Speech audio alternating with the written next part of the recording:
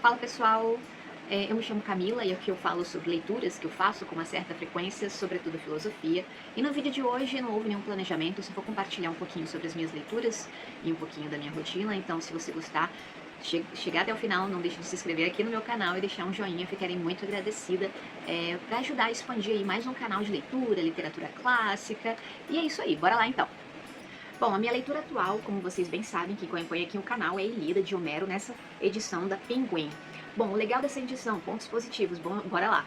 A tradução do Frederico Lourenço é uma leitura bem fluida, então eu consigo ler os versos e imaginar também o cenário e entender com facilidade, então eu não fico presa a alguns vocábulos. No entanto, quando a gente se depara com vocabulários novos, pessoal, colocar aqui do lado, tentar memorizar, que isso fortalece também a memória. Uma outra dica sobre fortalecer a memória é o que eu indico tentar memorizar alguns versos. É bacana também imaginar quando essa leitura ela foi escrita e cantada, falada, então com entonações diferentes, isso é bem legal.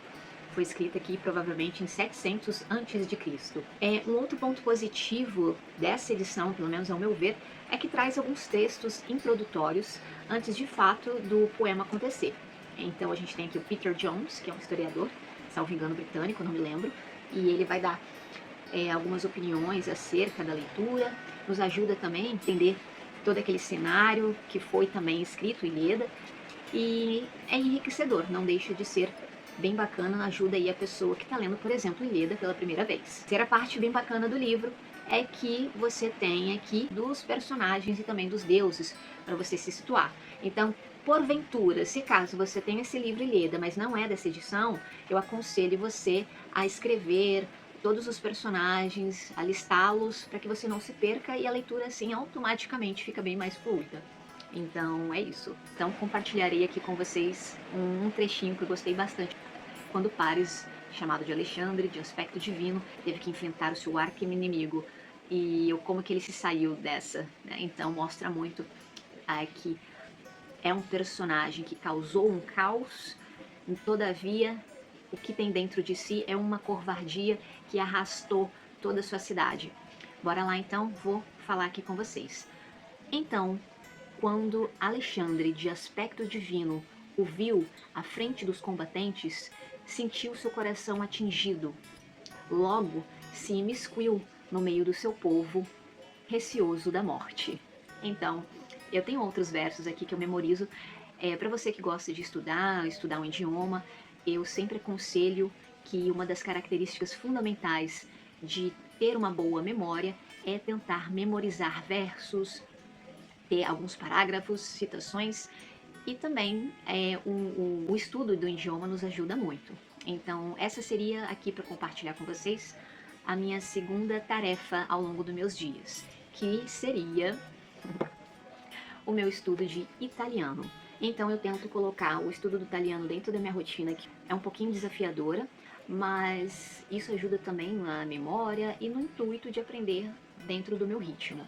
Eu tenho esse livro aqui que me guia, é um guia bem bacana, Domina a Gramática do Dia a Dia para a Fluência do Italiano. Então aqui tem a Paola Nanitati, ela desenvolveu uma metodologia que, seguindo esse caminho, de fato, eu consigo ver a diferença, caminho metodológico bem interessante e tem dado certo, pelo menos para mim.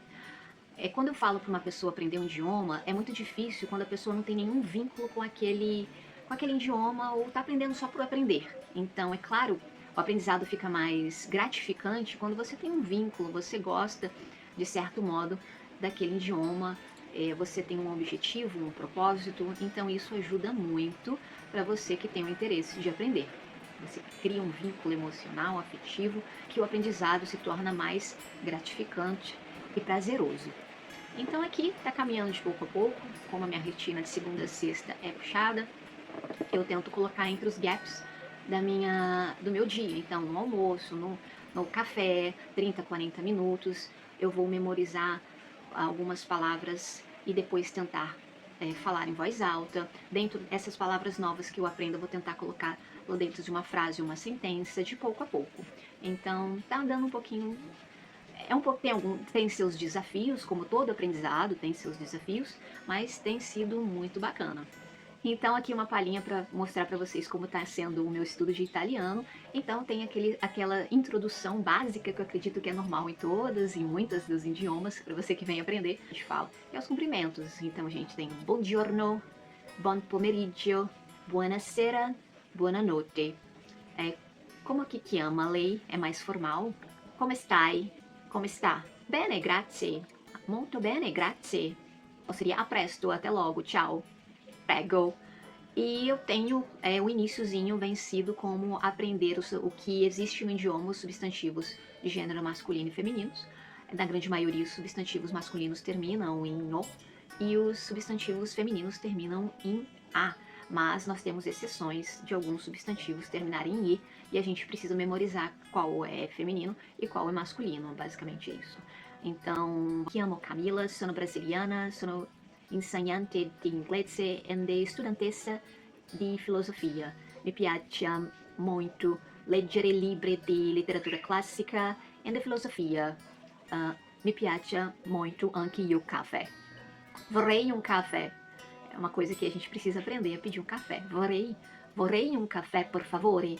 Vorrei um café, por favore. Então, é isso, pessoal. Ó, se alguém fala em italiano, me desculpa, tá? Eu sou uma aprendiz aqui, caminhando com passos lentos. Bora lá, então, para o que eu faço ao longo dos meus dias tentando fazer. Eu carrego na bolsa a Imitação de Cristo, de Tomás de Kempis, que é um alimento espiritual. Eu acho que você lê pelo menos um parágrafo vai te servir muito ao longo do dia. Então eu indico vocês terem esse tipo de livro na bolsa, para quando você está com aquele cansaço mental, você leia, mas não é ler e já pegar para fazer outra coisa. Esse conhecimento não vai ser internalizado assim. Ele vai ser internalizado se você ler e depois tentar refletir sobre, né? Então aqui no caso da página 40, como se há de resistir às tentações. Aí tem aqui algo bem interessante, já começa aqui com essa lapada. É um combate à vida do homem sobre a terra, que diz Jó. É um combate à vida do homem sobre a terra.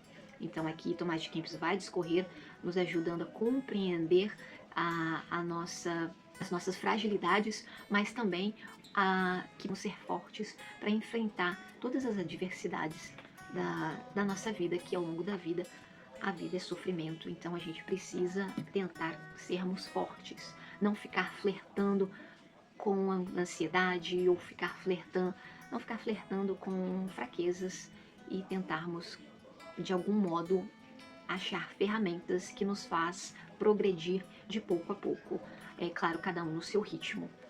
Lembrando que eu tenho, para acrescentar nessas três tarefas, eu tenho a minha rotina.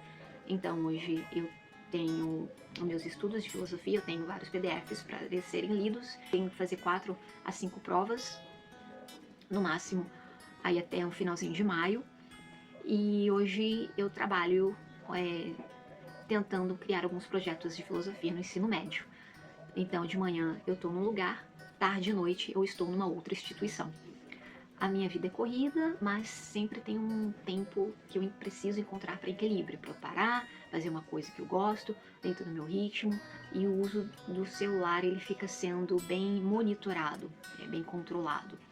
Então, é isso, pessoal. Se vocês chegaram até o final, não deixe de se inscrever no canal, ficarei muito agradecida.